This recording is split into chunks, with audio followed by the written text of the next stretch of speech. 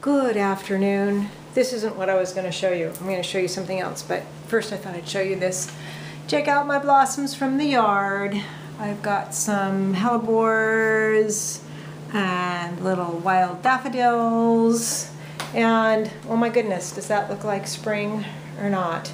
Anyway, I'm going to show you something having to do with the waxed dipped prints that I've been working with. So first of all, let's see, what am I going to show you? I'm going to show you, I did one of my little ideas with the foil, like doing a paper cut design with the foil, and this was on the red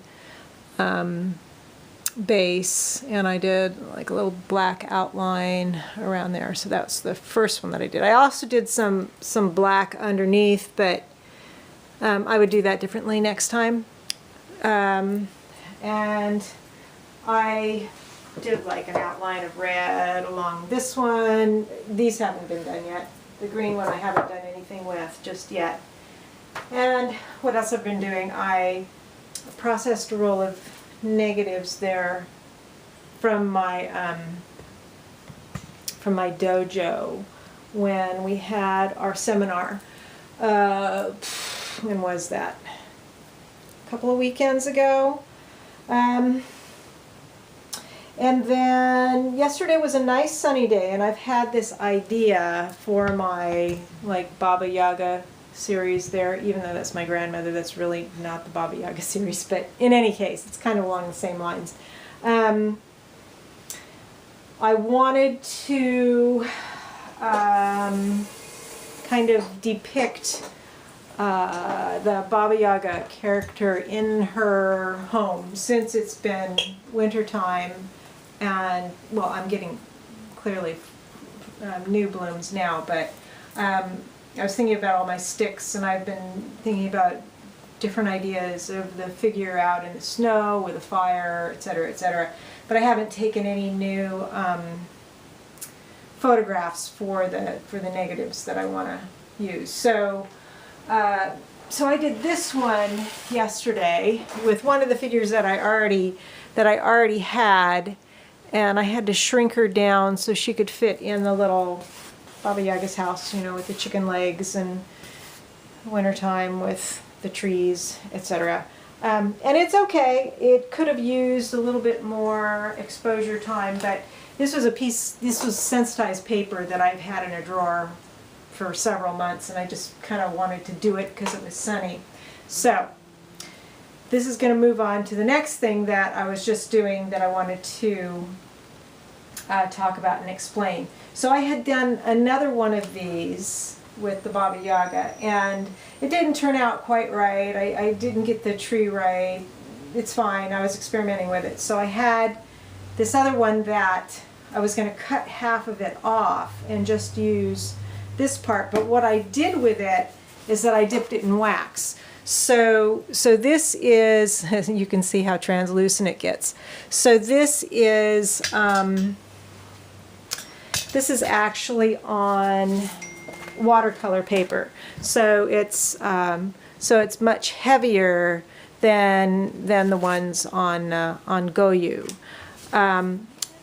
And then I was looking at it, and any encaustic that you do, it'll get cloudy, and then you can buff it up and make it shiny.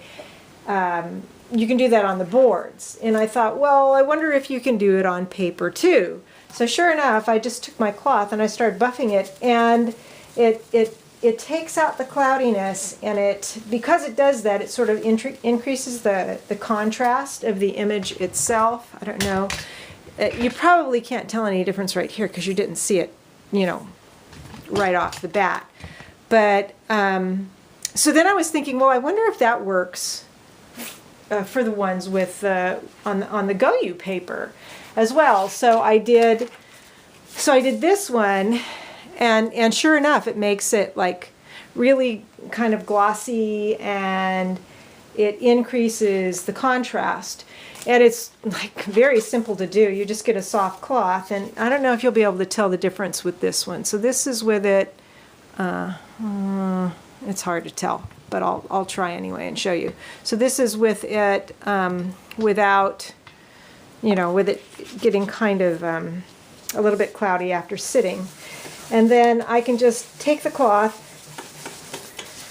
and buff it up and make the image. You still have the texture of the paper, but underneath it just gets like really, you know, I don't know, almost like glassy. If glass had pieces of sand in it, or like acrylic or something like that. But, so I don't know if you can tell any difference on it, but as far as the, I got this, as far as the contrast goes, but it really, you know, I think it's very interesting, and I hadn't thought of that before. I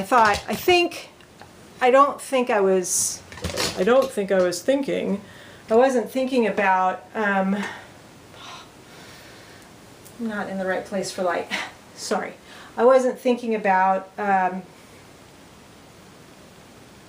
making just the prints, the dipped prints, glossy. And while that might not be something that I necessarily want to do every time, it's kind of neat to have that option. So there you go. You can buff up encaustic dipped prints on. In this case, it works with the watercolor paper and the Goyu paper. If you have something that might be a little bit thinner, like rice paper, I haven't used rice paper, although I know people do. Maybe that wouldn't be advisable. But anyway, so that's just a little discovery I made today.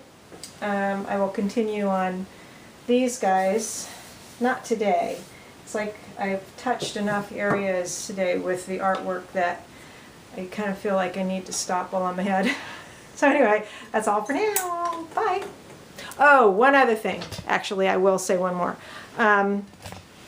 Charlene, I think, is that your name, asked me how I got I mentioned my fusing, getting my fusing done well. And the only thing I can say is that I used like